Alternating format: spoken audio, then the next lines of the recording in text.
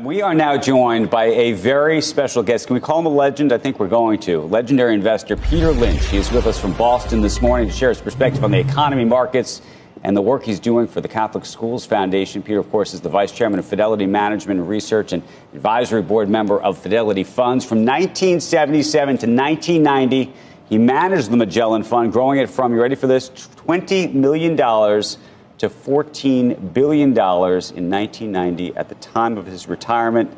Buy what you know is what Peter taught us, and it's so nice to see you this morning, Peter.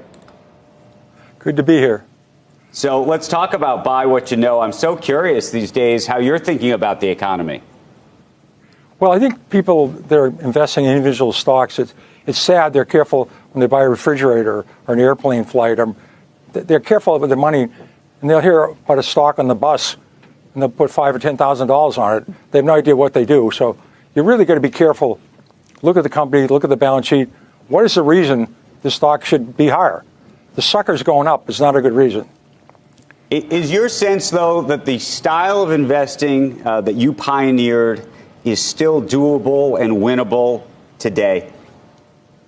Well, I think looking for something different, looking for something that's a good story. I mean, who would have guessed TJX, a local company, would have gone up 50-fold, or Stop and Shop would go up 10-fold, or Analog Devices, or NVIDIA. I couldn't pronounce NVIDIA. So you have to find a company that's either a turnaround or a company that's going to grow, like Panera or, Family Dollar stores. I'm not saying that buys now, but that's what's made our, Sears is rolled over. So Kmart's rolled over, IBM slowed down. But we've had new companies come along. I mean, that's the nature. You have to be looking for new companies and look at the balance sheet. If you can add 5 and 5 and get reasonably close to 10, you should be able to look at a balance sheet and say, here's two depressed companies.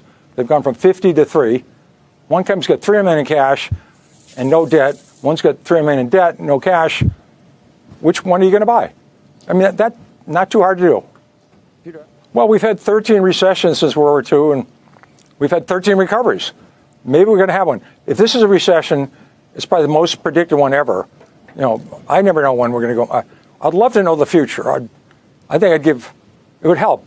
I'd be a better investor. I'd pay $5 extra for next year's Wall Street Journal. It would really help. Right. I cannot predict the future, but this recession is so expected, so predicted.